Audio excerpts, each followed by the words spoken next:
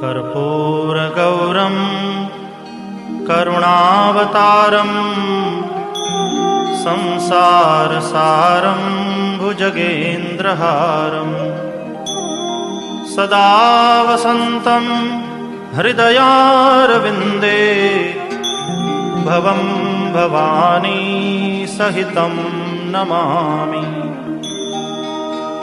मङ्गलं भगवान् शम्भुः मङ्गलं वृषभध्वजः मङ्गलं पार्वतीनाथो मङ्गलायतनोहरः।